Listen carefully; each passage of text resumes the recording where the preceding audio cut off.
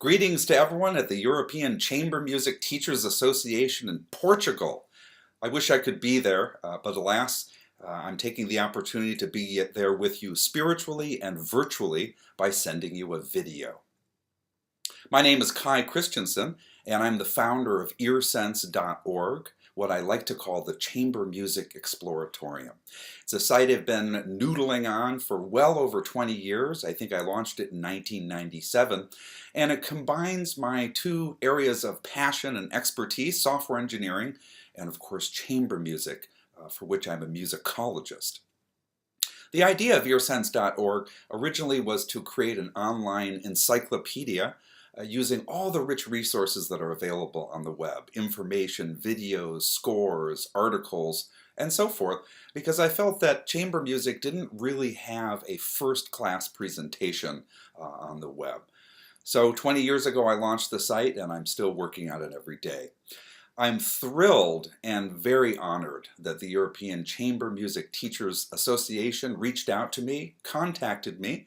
I was able to meet a number of you and Laced and Abby a few years ago, and we decided to create a partnership to use earsense.org as a rich resource, but to create an exclusive community especially for the European Chamber Music Teachers Association.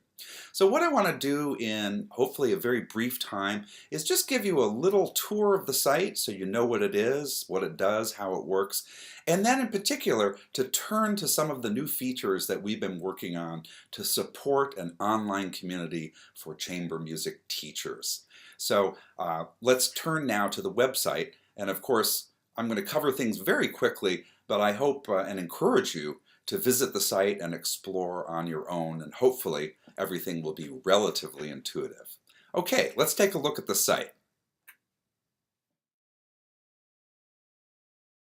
Okay, here we are looking at the earsense homepage. You can go there on the web at earsense.org, and I'll point out right away that I've worked hard to make this usable and viewable on a desktop, a tablet, or a mobile phone. So if we shrink this down, you'll see it resizes nicely and we can get to our menus. So hopefully it'll work on just about any kind of device that you like to use to view the web. The homepage is a series of kind of promotional features telling you about features in the site and providing places to jump in and explore. Especially at the top for those who are unfamiliar with chamber music. What is earsense about? What is chamber music? What are some popular favorites? And of course, right here you'll notice a call out to the European Chamber Music Teachers Association. This is where you will go to access the specific homepage for our group. And of course, you will need a login to access this portion of the site. We'll take a look at that shortly. I think the best place to dive into earsense is to actually take a look at a chamber music work. So up here at the top, of course in the header on every single page, there's a keyword search that works just like Google in a sense, and you should be able to use a wide variety of terms here: composer names, ensemble names, opus numbers, styles, and a variety of things. So let's just go ahead and take a look at Beethoven's Last String Quartet. There it is, and if I drill in, we're taking a look now at the kind of heart of earsense, where all the goodies are. And the idea is this is a single page that features this particular work. You'll notice at the top a little box that describes the composer, some information about that composer with a link to additional information, for example, Wikipedia. Below that, a specific box that describes the work itself. Its title, its opus number, its instrumentation, its list of movements, and of course any information about the work in terms of how long, when it was composed, revised, published, who is it dedicated to. Some works will have listing for the premiere, and additional notes that go along with the piece. You'll notice one thing that I'm particularly proud of is the idea of timings and durations. So at least for all the works for which we have this information, I will generally have an average time for the piece as a whole, and even timings for individual movements, as you'll see here. That's the essence of the work. In terms of titles, movement titles, or other keywords that are part of that information, the page features a context-sensitive glossary over here on the right. Beneath the work information itself, if available, we have a video or in fact a series of videos. So for this very famous late string quartet, we have 8 recordings which you can take a look at. And of course you can listen to these videos by clicking on the video, on anything in the video listing, and even on the individual movements up here. So for example, if I click there, away we go with the first movement. These videos all come from YouTube, and they are those videos that are publicly available to embed in a website. And I should point out that what we're able to view varies, of course, by country and region. And I'm checking specifically for things that are available in the United States, where I reside, and here in San Francisco. So the results may vary in terms of where you're coming into the site. And I have a kind of a nightly job that runs to check all these videos, and when they become unavailable, they will simply disappear from the site. The goal is to have no dead links or dead videos. So that's our videos. The idea is, of course, that you should be able to look up a work and listen to it if we have a video available.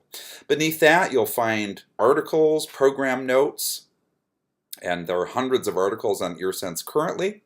Beneath that, something I find very interesting is a dynamically generated timeline to put our composer in a certain context. So here we see Beethoven, and in green his lifespan, and surrounded by him a number of composers that might have been teachers, students, contemporaries, or those who are particularly associated with this composer. And each of these are a link, so we could click and follow through to that composer. Some of those composers are called out here.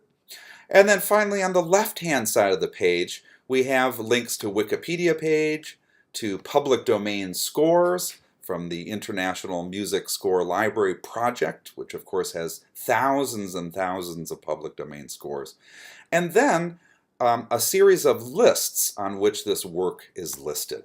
So in addition to providing thousands of works and composers, earsense also uses a variety of different resources, books, publishers, chamber music festivals, to try and get a sense of what works are featured or highlighted in those places. For example, if I click on Popular Classics, here we have a list put together of works that might describe a working set of chamber music works we consider to be absolutely stellar.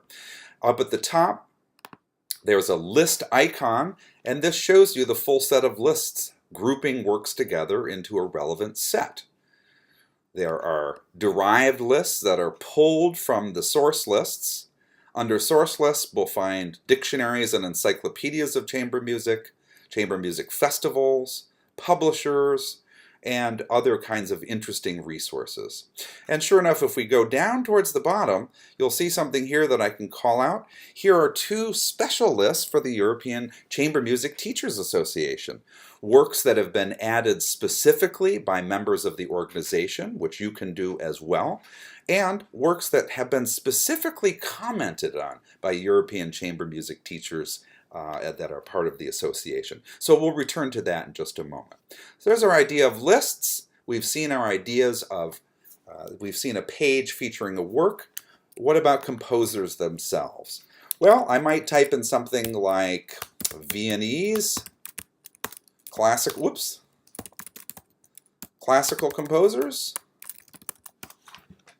And sure enough, we get a list of works of composers. And here we have 3 listed. Notice this green bar at the top. What it's telling me is that it's applying a filter showing me only those works that are in the list of popular classics, because we were just viewing that list. Surely there are more Viennese classical composers. So I'll close this filter with the little X box, and we should get a much longer list. So here are at least 5 more, or several more rather. And you'll notice over on the right, we can look at movements that belongs to those works. We can look at articles that might describe Viennese classical composers. And one of my favorites, a timeline. So here we can see that the composers spread out for us to take a look at. Each of these, again, are clickable. For example, Mozart. So we've seen the work page, the list page, of course the home page. here is an example of a composer page. So here we see Mozart with 6 pages of works. We can sort them in a variety of ways. Popularity is a term I use really just to describe the works that have high quality resources, full information, and that tend to be listed in encyclopedias, books, chamber music festivals. So they're relevant, but we can sort by date, by title, by the composer in the case that we're looking at works by multiple composers, specifically by first and last name, by duration, which is very useful, by opus number, by the age of the composer, and by nationality, again, when we have multiple composers. One of the things I love is that I've added a filter here. So, for example, let's say we're just interested in the viola quintets of Mozart. So selecting that, we come up with 6 of them, and of course from here we can drill in and take a specific look at these works.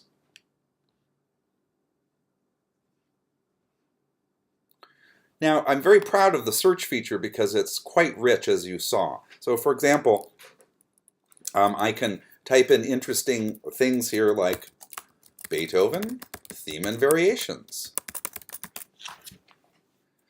So here we're seeing a series of works that have variations. Here are a series of movements that have variations.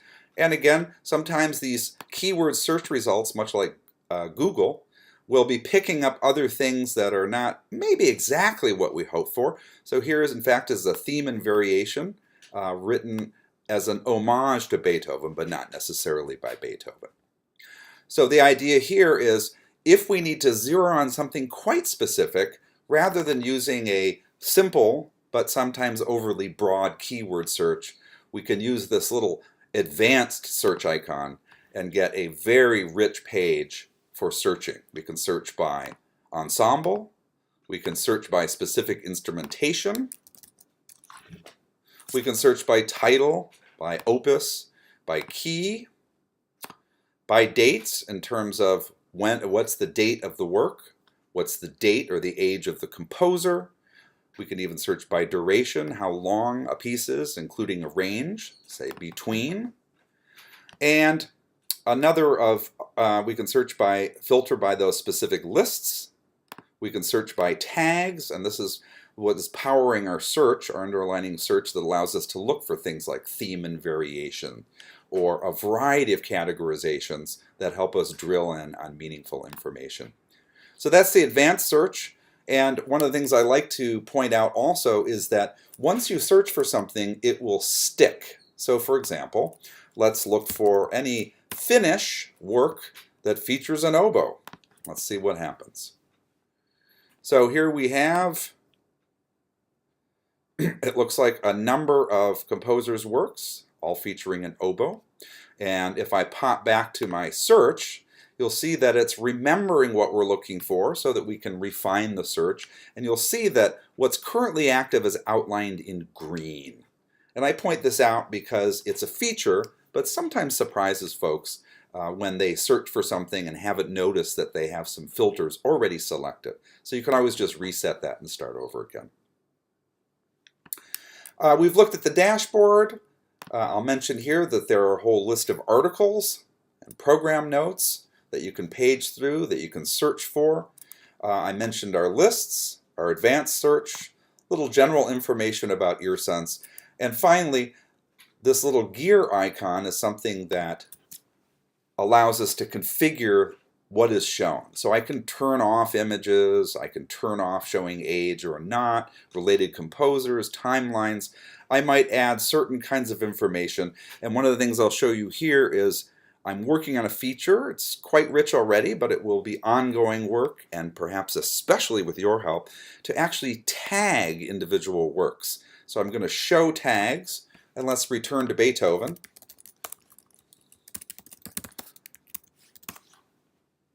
And look at this work, and you'll notice now a series of tags will show up. So sure enough, Beethoven was Viennese and considered a classical composer, but perhaps even more interesting inside is the movements have been tagged. So the opening movement is in sonata form, this is a scherzo, we have a slow movement that's a theme and variations, and so on. So tags can be shown or not, and this will only enhance the way that earsense works, in the sense that I can look here for Beethoven scherzos or scherzi. And there we see a variety of movements, again, with some broadness thrown in. I'm not entirely sure why Brahms and Borodin are showing up. Well, that makes sense. In any case, a broad search that's hopefully useful, and a specific search for very specific detail. That's really the essence of earsense: composers, works, lists of works put together, a very powerful search engine, and a series of articles. The last thing I'll point out is the dashboard.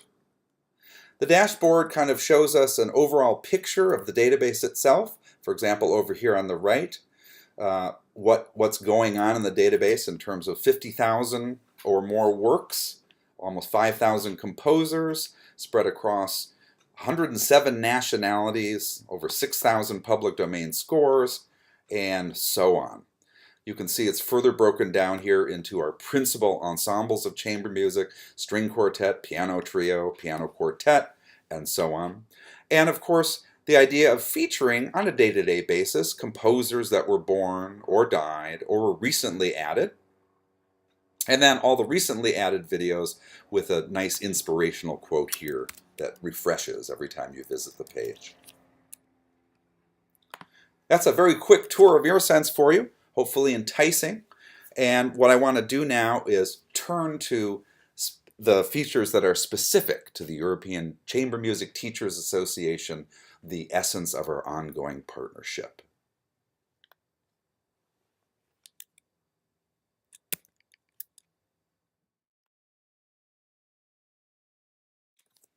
Okay, so starting from the home page again, as I mentioned, as we briefly saw earlier, there's a entrance point right here to the European Chamber Music Teachers Association homepage. So if I click that, I'll go there if I'm logged in, but if I'm not, it will require me to log in. So I have my login information already set here. I'll click login, and we will now see the homepage especially for our organization.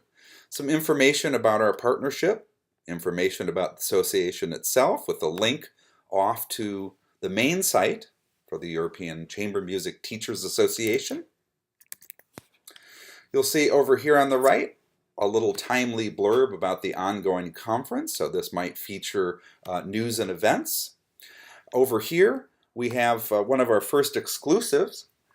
This is a partnership in music, a wonderful read that is being shared exclusively with the Chamber Music Teachers Association. So if I click there, you'll see that I'll get a PDF that's made available especially for you. And I will point out that if I attempt to visit this as a non-logged in user, it is gated. So it will require me to log in, so it's truly private. I mentioned before that we have a set of curated works that have been added specifically by the European Chamber Music Teachers Association, and you can join in. There's a link to a Google document that here is presenting an ongoing working project, lists that have been suggested by various members, which slowly but surely are being added to earsense.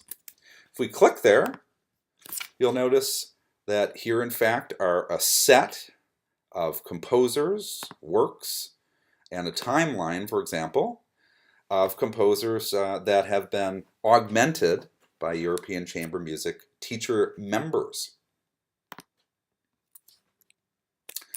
If you go to your user menu, and once you've logged in, you'll now see your username up here, and we can get to the home page, see what else is there. Here's, by the way, I'll call out right away as a contact box for me, and I encourage you to go ahead and contact me anytime you wish. If you want to send me some information, ask me a question, suggest a feature, anything. I love hearing from earsense users, and I'm hoping that you're going to become some of my main earsense users. Also, the idea here that you can actually comment, and this is perhaps one of the most interesting features enabling us as a group of people, of music teachers, to begin to share information by way of dialogue. So first of all, if we go to the latest comments, we'll pop to a page that is showing all the latest comments provided by folks so far. Now, we haven't done much in this area yet because this is the first time we're really revealing it. But this will show you, for example, if I drill through, that now on our familiar work page, at the bottom, we'll find a commenting section that's especially available and only available to European chamber music teachers. So here's, we have a little ongoing dialogue. I can reply, I can add a new comment.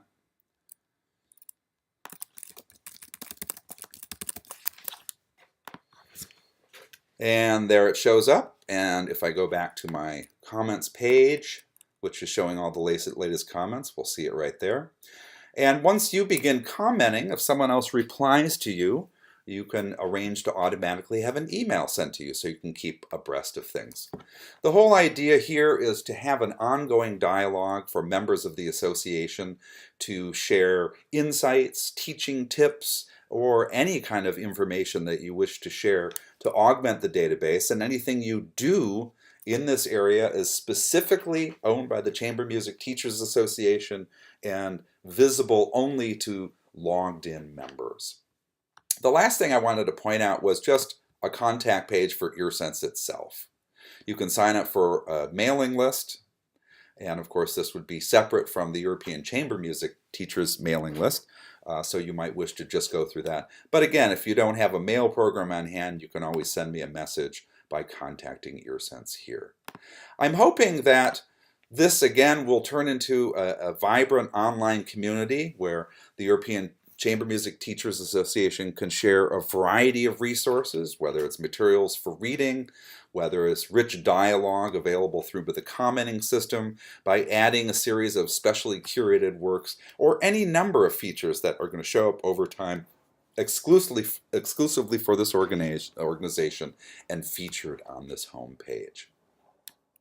Again, I can log out, and if I return to that work, well, if I return to that work, you would have seen, of course, that the commenting section has disappeared, and ensuring that it is really a private area just for us as part of the European Chamber Music Teachers Association.